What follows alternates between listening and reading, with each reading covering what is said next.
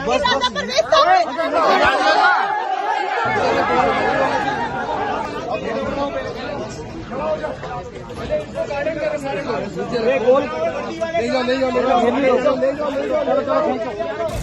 मुलजमा ने एक मुझे बताया कि जी जब मुझे सेकंड रिमांड दिया गया, एक तो मुझे मारा गया है, इंस्पेक्टर सलामत ने मुझे मारा है, मेरा बाजू मरोड़ने की कोशिश की गई और मुलजमा का नाम बल्दियत पेरेंटेज नहीं है और जो मरने वाला है उसका नाम बल्दियत नहीं है, इसको सकूनत नामालूम लिखी है। दूसरे समाज पर हमने इस बात की निशानदेही की थी कि मुलजमान मोल और पीती को जब अदालत लाया जाता है तो वहाँ पर बहुत सारे सोशल मीडिया और बहुत सारे शौकीन अफराद भी भीड़ लगाकर अदालत आ जाते हैं। तो न सिर्फ सिक्योरिटी रिस्क है बल्कि अदालती अमूर में, अदालती मामला में भी काफ़ी मुदाखलत हो रही थी। उसकी वजह से शायद आज जब अदालत में पेश करना था तो सुबह के औकात में डिस्ट्रिक्ट एंड सेशन जज की अदालत में पुलिस की तरफ से दरखास्त दी गई कि मुलजमा को सिटी कोर्ट में कायम जो अदालत है वहाँ पर पेश नहीं किया जाएगा बल्कि उसकी और जान को खतरे के साथ साथ संगीन नोयत के मामला हो सकते हैं। तो इसलिए सेंट्रल जेल के अंदर जो जुडिशियल कम्प्लेक्स बनाया गया है यहाँ पर मुलजमा को पेश किया जाए। तो उसके बाद अदालत ने वो दरखास्त मंजूर की पुलिस की और उसके बाद उसी अदालत यानी कि जो जुडिशियल मजिस्ट्रेट नंबर 7 थे बगदादी थाने के, उनको जो यहाँ आना पड़ा अदालत के अंदर और उसके बाद फिर यहाँ समाअत के लिए समाअत हुई।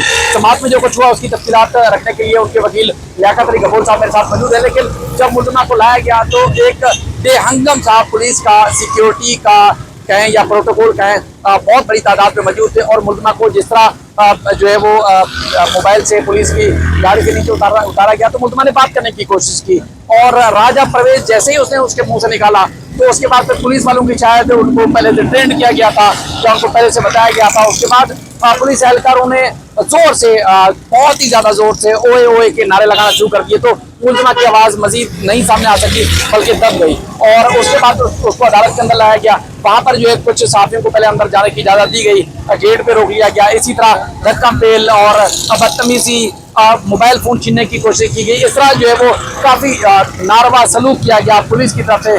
कुछ सिविल एहलकार और कुछ यूनिफॉर्म के एहलकार शामिल थे जिसमें तमाम टीवी चैनल्स के साथियों के साथ बदतमीजी की गई और वकला तक को भी बाहर निकाल दिया गया। ये सारी सूरत अदालत के अंदर ही कमरा अदालत जिसमें समाअत वो बंद कर दिया गया, लॉक कर दिया गया और वहाँ पर किसी को अंदर आने की इजाजत नहीं थी। समाअत के दौरान प्रोसिक्यूशन और मुलजमा अनमोल के वकील लियाकत अली गफूर साहब थे। सर, अंदर क्या कुछ हुआ? क्योंकि हम होते तो हम फिर वो बातें बता सकते हैं पब्लिक को जो अदालत में हुई है। प्रोसिक्यूशन क्या कहती है और मुलजमा ने आपसे क्या बातचीत की? ये जो लोगों के नाम लेने की कोशिश करी थी वो क्या मामला था? देखिए, मुलजमा ने एक मुझे बताया कि जी जब मुझे सेकंड रिमांड दिया गया, एक तो मुझे मारा गया है, इंस्पेक्टर सलामत ने मुझे मारा है, मेरा बाजू मरोड़ने की कोशिश की गई और मुझसे जो है ना वो मुख्तलिफ वीडियोज़ बनवाई गई हैं, मुख्तलिफ पॉलिटिशियन के नाम दिलवाए गए हैं, शुबे से लोगों के नाम दिलवाए गए हैं, लेकिन वो तमाम लोग बेगुनाह हैं। मैं किसी को नहीं जानती, मेरा किसी से ताल्लुक़ नहीं है।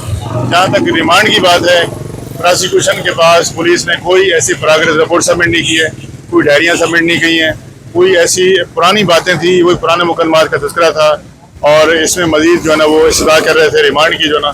तो मैंने अदालत को पूरी FIR पढ़ के सुनाई। मैंने कहा वक़ूआ है अप्रैल का, FIR मई में दर्ज हो रही है। कंप्लेनेंट जो है वो लैंड एरिया में रहता है, एक लाश जो है ना रोड पे पड़ी हुई है, 1 महीने बाद वो शख्स मोटरसाइकिल बनवाने जाता है और मुलजमा का नाम बल्दियत पेरेंटेज नहीं है और जो मरने वाला है उसका नाम बल्दियत नहीं है, इसको सकूनत नामालूम लिखी है, उसका कोई वारिस नहीं, उस FIR के अंदर मुलजमा की गिरफ्तारी डाली जाती है, उसका कोई कंसर्न नहीं है। इसके अलावा मुलजमा ऑलरेडी जो है सच्चल के केस में जेल कस्टडी हो चुकी है। बाकी पुराने केसेस के अंदर उसके CROs हो चुके हैं, उनमें गिरफ्तारियाँ हो चुकी हैं, तमाम जो IOs हैं इंट्रोगेट कर चुके हैं, GIT के मेंबरान इंट्रोगेट कर चुके हैं, पुलिस के अफसरान इंट्रोगेट कर चुके हैं। तो मजीद इसमें रिमांड बनता नहीं है।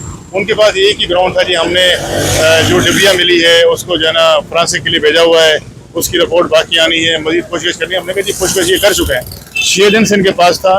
वैसे मुलजमा का कहना था मेरे 25 दिन के पास, 25 दिन में तमाम इंट्रोगेशन हो चुकी है, मजीद इंट्रोगेशन की जरूरत नहीं है, लिहाजा हमने सजा की जुडिशल कस्टडी किया जाए। अदालत ने फैसला महफूज किया, अभी थोड़ी देर में सुनाया जाएगा।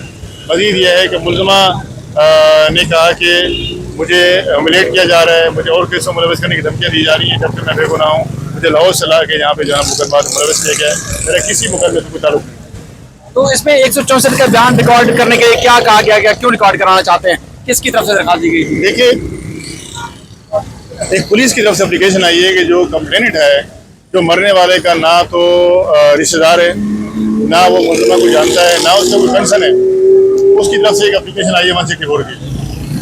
उसके ऊपर उन्होंने कहा जी वो हम ये सजा करते हैं अब कोर्ट क्या ऑर्डर करती है उसके ऊपर जो है ना, जब वो आएगा जो उसमें विटनेस है उसको फिर हम क्रॉस करेंगे, देखेंगे उसको जो है ना। तो इसमें जो मुल्जिमा नाम लेने की कोशिश करी थी, किन किन लोगों के नाम लिए, कौन लोग हैं, सियासतदान है, एक्टर हैं, आम लोग हैं, किन के नाम लेने की कोशिश करी थी, किन के नाम पर उसका कहना है कि मुबैना तौर पर वीडियो बनवाई गई?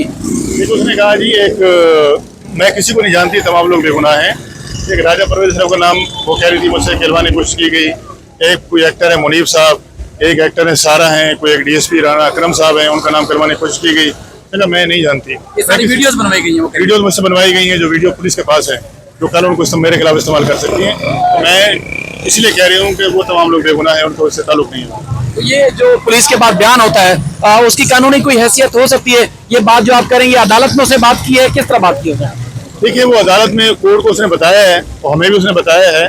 बाकी ये है कि जब चार्जशीट आएगी देखेंगे कि क्या वो उन वीडियोस को उसका वो तस्करा करते हैं, चार्जशीट में उसको केस प्रॉपर्टी बनाते हैं या नहीं बनाते, वो आगे आने वाले समय पता चलेगा।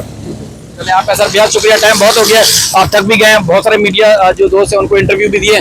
फिलहाल कुछ यूँ है कि मुल्जिमा का मजीद जिस्मानी रिमांड दिया जाए, इस हवाले से जो है वो अदालत ने फैसला महफूज किया है। मुमकिन तौर पर 3 रोज का जिस्मानी रिमांड हो सकता है। जब ये वीडियो शायद आप देख रहे हो तो उस वक्त मजीद जिस्मानी रिमांड में तोसी हो चुकी होगी, लेकिन ये कि पुलिस की सख्त सिक्योरिटी में लाया गया था और तमाम इस बार जो है वो सहाफ़ी थे जो टीवी चैनल्स के अंदर रिपोर्टिंग करते हैं और तवील अरसे से इन्हीं अदालतों में रिपोर्टिंग करते हैं। लेकिन मुल्जिमा अनमोल और पिंकी को जब अदालत लाया गया तो पुलिस का जो रवैया था, अदालती अमले का जो रवैया था, इंतहाई यकसर तब्दील था। न सिर्फ बदतमीजी की गई बल्कि मोबाइल फोन छीनने की कोशिश की गई। पहले जो है हाथा अदालत के बाहर जो गेट लगा हुआ है वहां से अंदर नहीं जाने दे रहे थे, मुश्किल से अंदर गए, उसके बाद फिर कहा जी इस जगह नहीं खड़े हो सकते, कोर्ट रूम से निकाल दिया गया। तो इस तरह जो है वो बगैर तहरीरी कोई हुक्मनामा कि रजिस्ट्रार की तरफ से रोका गया है, जज साहब की तरफ से रोका गया है। कभी आईजी का कहते थे कि जी आईजी साहब की तरफ से अहकाम आते हैं, आईजी जेल खाना जाट की तरफ से अहकाम आते हैं, आईजी सिंध साहब की तरफ से अहकाम आते हैं, ये भी नहीं बताया गया। तो इस तरह जो पुलिस एहलकार बार बार रोकते रहे, मीडिया एहलकारों से बदतमीजी करते रहे, उन्होंने ना तो ऑर्डर के बारे में बताया कि क्यों और किसकी तरफ से किया गया है, ना ही जो है कोई और जवाब पेश करने की कोशिश कर रहे थे, बल्कि लगातार जो सहाफ़ी असूल हैं उनको तोड़ते रहे और हमें हमारा जो काम था उसमें रुकावट डालने की कोशिश कर रहे थे।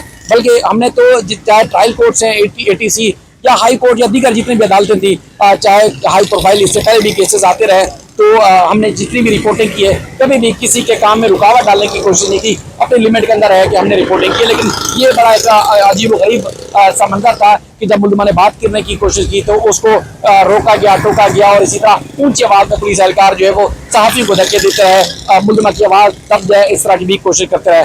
मजीद इस सिलसिले में अपडेट देंगे। अपना बेहद ख्याल रखिएगा। अल्लाह हाफ़िज़।